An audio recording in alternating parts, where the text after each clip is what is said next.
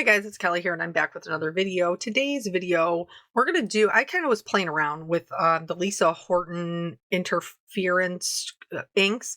And so we have like a shimmery base coat kind of card. So when you look at it, like you can see the regular colors, but then when you tilt it into the light, it has all of this wonderful shimmer, which you guys know I can never get enough shimmer. So this was a super quick one to come together, hence why the video was so short. Before we get into the full video, I did just want to note that this set, which is Nancy's Lilac Bouquet, this is my mom's set, is retiring, but so are all these other sets here that I've illustrated. So if you have been like, hey, I want to make sure that I pick that up, now is the time. So let's talk about these interference inks.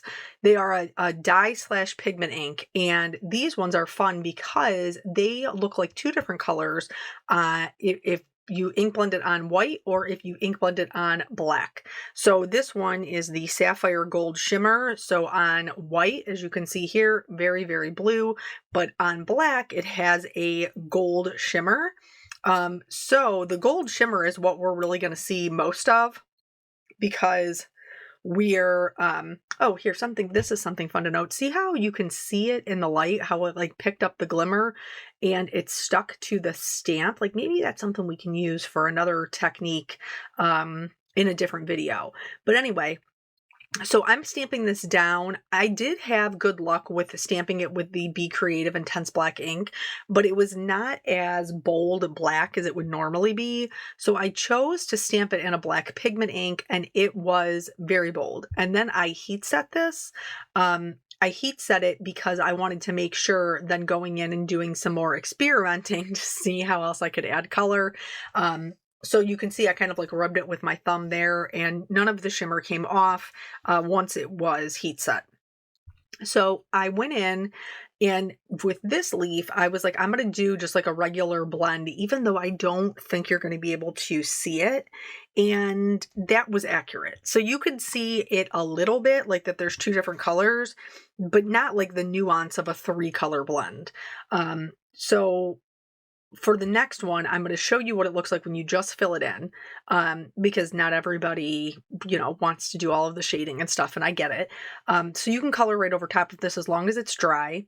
It didn't damage my markers. I didn't notice any like transfer of the ink. So here you can see this is both of them. One of them has shading and one of them doesn't. What I ended up doing for my leaves is I ended up doing the darkest color and then the lightest color.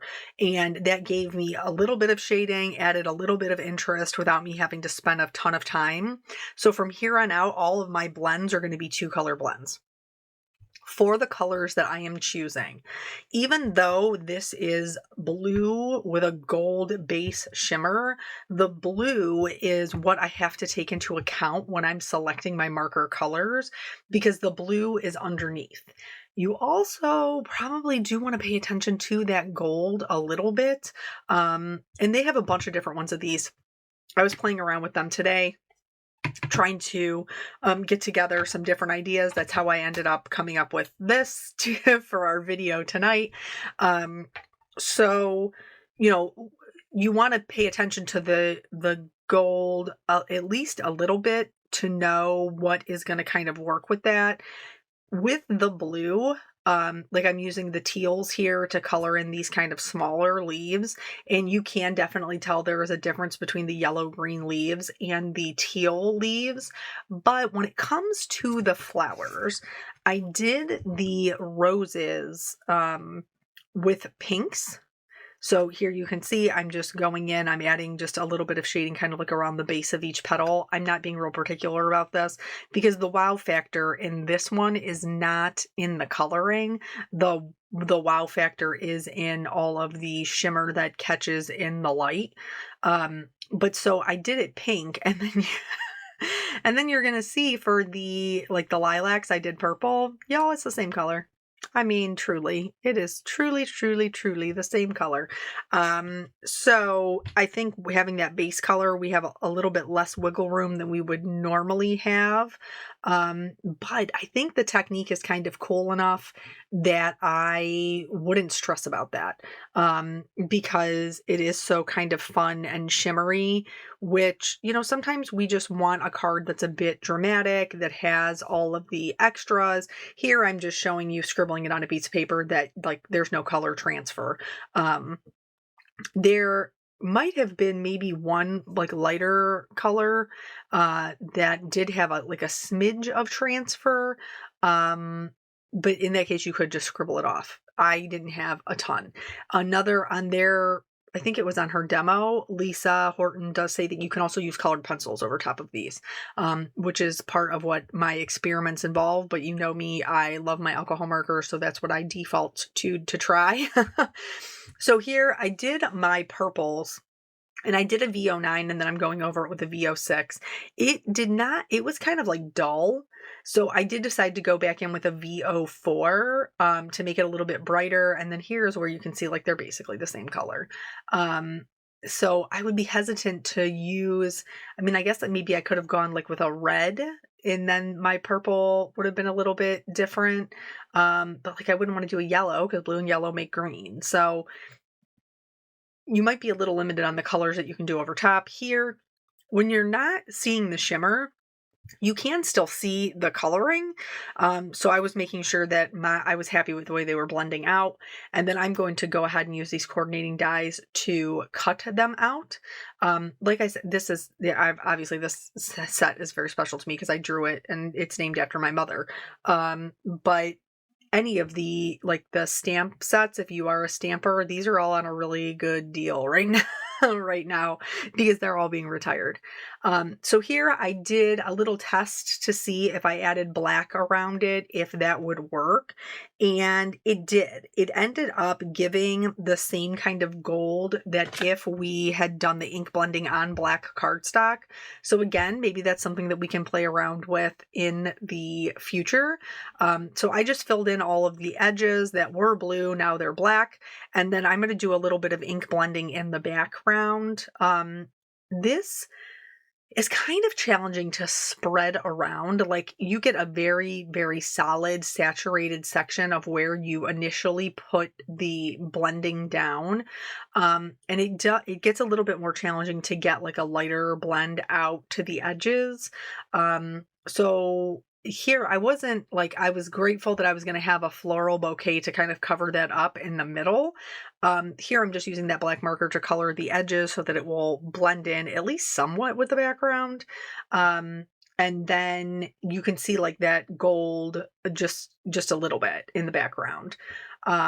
I decided I was going to pop all of this up because I don't have a ton. Well, I mean, I do kind of have quite a bit going on. But my focal point is like, I don't have a ton going on. So I wanted to pop it up to add some extra interest. So I just added glue over those areas to pick up the additional die cuts.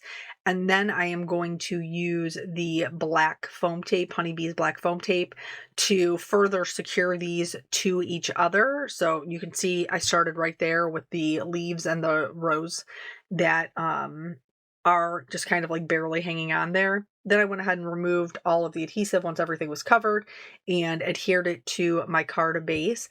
This card base I did trim down just like 1/8 of an inch on each side, so that I could mount it on this darker purple, since that is matching our flowers so well.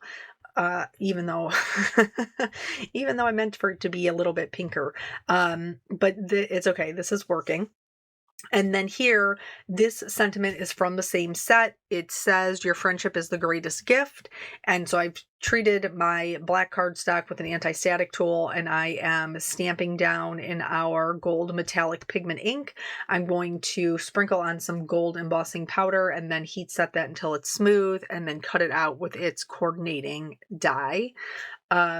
I think this was a lot of fun. I think there's a couple of different ways that we can use this, play around with the layering of colors. That's color theory is important. Here, I couldn't find my gold perfect pearls. Where are they? Nobody knows. Maybe one of my kids ran off with them. Or maybe I just didn't put them back where they went. That's equally as likely.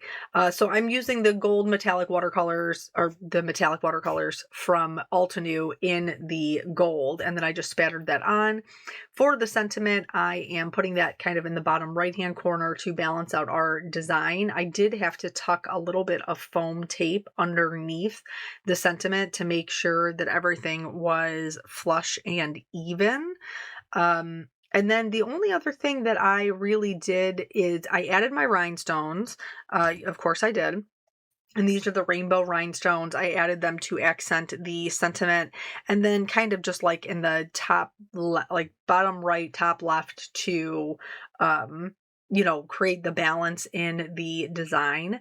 And then I did use a white gel pen to add highlights to like the little sprigs, to the centers of the lilacs, and then on some of the like bent over petals on the roses. And then that is it. That's the whole card. It was so fast, but look at that shimmer. I mean, stop it. I love it. So thank you guys so much for joining me. I always appreciate your time, and I will catch you on the next video. Bye.